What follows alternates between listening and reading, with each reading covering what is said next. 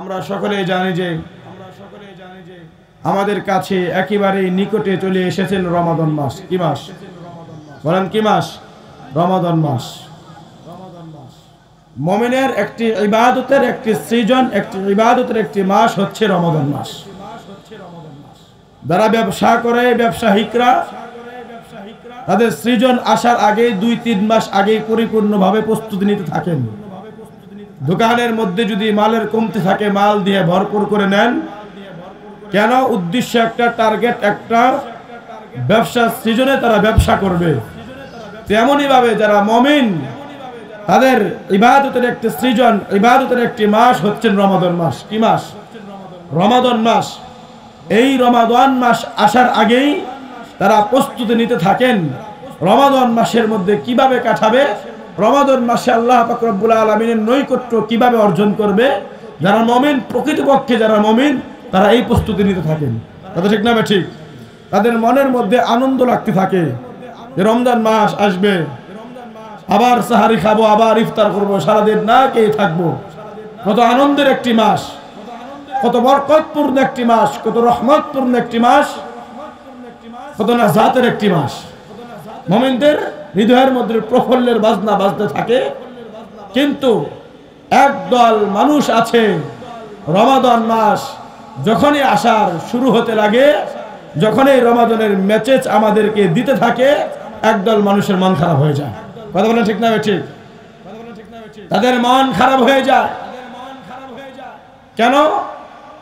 তারা তো 11 মাস ওপেনে খাবার দাবার খেয়েছে, রমাদান মাসে তো ওপেনে খাবার দাবার করতে পারবে না, খাওয়া দাওয়া করতে পারবে না। চোরের মতো গিয়ে দোকানের হোস্টেলে পর্দার ভিতরে ঢুকে গোপনে গোপনে পান করতে পারবে। গোপনে গোপনে পান করতে হবে। এই টেনশনে, এই পেরেশানিতে না খেয়ে থাকতে হবে একটি মাস। তারা খুবই পেরেশানি হয়ে যায়, খুবই চিন্তিত হয়ে যায়। কথা বলেন ঠিক না ঠিক? আর যারা মুমিন, তাদের মনের মধ্যে, দিলের মধ্যে আনন্দের উল্লাস উচ্চবিত হয়। তারা রমজানের রোজা রাখবে, রমজানে তারাবি পড়বে, সাহারি খাবে, ইফতার করবে। তাদের এই আনন্দ তাদের দিলের মধ্যে চমকাইতে থাকে। কথা ঠিক না ঠিক? কিন্তু মুহতারাম হাজরিন, প্রিয় ভাইয়ের, আবার যারা মুমিন তাদের এমনই হওয়া উচিত। কিন্তু যারা মুমিন না, রমাদানের রোজাকে পছন্দ করে না। একদল মানুষ আসে, দেখবেন রমজানের রোজাকে পছন্দ করে না। কি কথা ঠিক না ঠিক? রমাদানের রোজাকে ভালোবাসে না, পছন্দ করে না, বলে কেন না খেয়ে থাকতে হবে সারাদিন। তো আমাদের একটি সৃজন আসতেছে রমাদান মাস। দেখেন গত রমাদানে কত মানুষ এই দুনিয়ার জমিনে ছিল, কিন্তু আজ তারাই জমিনে নাই। এমনও হতে পারে আপনি আমি এই জমিনে থাকবো না। হায়াতের কোনো গ্যারান্টি আছে? বলেন, কোনো গ্যারান্টি নাই। যে হায়াতের কোনো গ্যারান্টি নাই, নিঃশ্বাসের কোনো বিশ্বাস নাই, সেই নিঃশ্বাস নিয়ে, সেই হায়াত নিয়ে এই দুনিয়াতে আমি আপনি কত বাহাদুরি করি। প্রিয় ভাইয়েরা আমার, লক্ষ্য করে দেখুন, গত রমাদানের মাসের মধ্যে কত মানুষ জীবিত ছিলেন।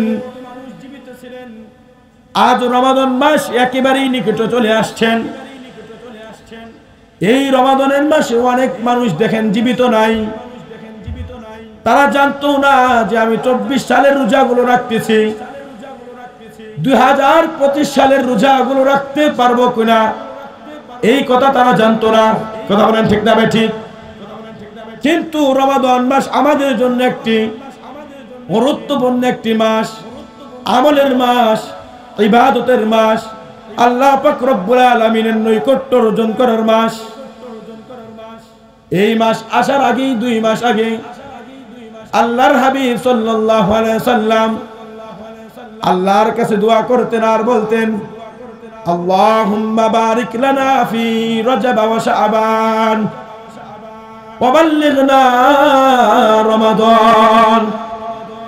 আল্লাহর কাছে দোয়া করতেন, ওগো আল্লাহ, আপনার কাছে আমি হায়াত ভিক্ষা চাই, আমি রাসূল আপনার কাছে হায়াত ভিক্ষা চাই।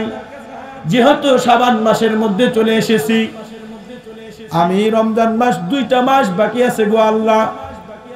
এখন যদি আমি হাবিবের হায়াত এই মাসের মধ্যে শেষ হয়ে যায়, আমি আল্লাহর কাছে হায়াত ভিক্ষা চাই, ওগো আল্লাহ, আপনি আমার হায়াতটাকে বৃদ্ধি করিয়া আপনি আমার হায়াতটাকে রমজান মাস পর্যন্ত পৌঁছায় দেন। জোরে বলেন সুবহানাল্লাহ। দোয়া কে করেছেন? আল্লাহর হাবিব আল্লাহর কাছে দোয়া করেছেন। আল্লাহর হাবিব বলেন, রমাদান মাস আসার আগে একটি রাত্র আছে যেটাকে হাদিসের ভাষায় বলা হয় লাইলাতুন নিসফি মিন শাবান, যেটাকে আমরা বলে থাকি শবে বরাত। কি বলে থাকি?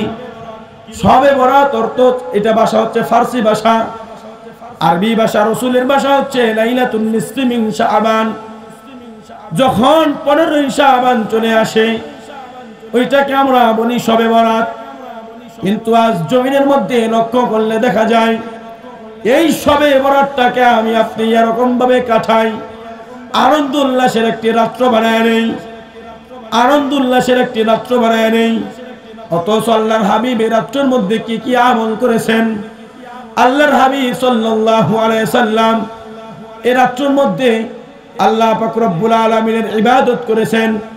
আম্মা জান আয়েশা সিদ্দিকা রাদিয়াল্লাহু তাআলা আনহা বর্ণনা করেন, আমার ঘরের মধ্যে রাসূল সাল্লাল্লাহু আলাইহি সাল্লাম রাত্রে ভ্রমণ করলেন।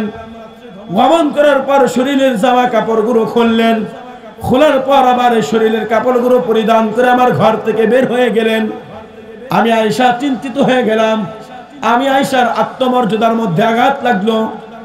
আমার রাসূল আমার ঘরে এসে আবার চলে গেলেন, কারণটা কি? আমার মনের মধ্যে খটকা লাগলো। মনে হয় আমার রাসূল আমার ঘর থেকে গিয়া আমার অন্য কোনো সতীনের ঘরে চলে যায় কিনা, তাকে সময় দেয় কিনা। আমি আয়েশা সঙ্গে সঙ্গে রাসূলের পিছনে পিছনে বের হয়ে গেলাম। আমি গিয়া সমস্ত রাসূলের সমস্ত বিবিদের ঘরের মধ্যে তালাশ করে দেখি একজন বিবির ঘরের মধ্যেও রাসূল নাই। আমি তালাশ করতে করতে জান্নাতুল বাকির মধ্যে চলে গেলাম। সেখানে গিয়ে দেখি আল্লাহর হাবিব সাল্লাল্লাহু আলাইহি সাল্লাম আসমানের দিকে তাকায়া দোয়া করেন। দোয়া করতেছেন, ওগো আল্লাহ, ওগো আল্লাহ, এই কবরবাসীদের মধ্যে যারা কবর বাসিন্দা হয়ে গেছে তাদেরকে আপনি মাফ করিয়া দেন। আল্লাহর হাবিব যখন এই দোয়া করতেছেন, সব বিষয়ে দোয়া করতেছেন, এক পর্যায়ে আল্লাহর হাবিব দোয়া শেষ করে আমাকে দেখলেন। আমাকে দেখে আল্লাহর হাবিব বুঝার বাকি নাই, বুঝার কোনো বাকি নাই।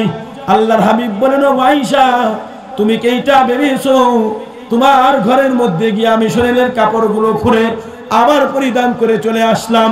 তুমি কি এইটা ভেবেছো আমি অন্য কোনো বিবির ঘরে চলে গেছি? আম্মা জান আয়েশা রাসূলকে কতটুকু ভালোবাসতেন দেখেন। আম্মা জান আয়েশার দিলের মধ্যে, মনের মধ্যে যে কথাটা তার জেগে উঠেছে সেই কথাটা আল্লাহর হাবিবকে বলেন।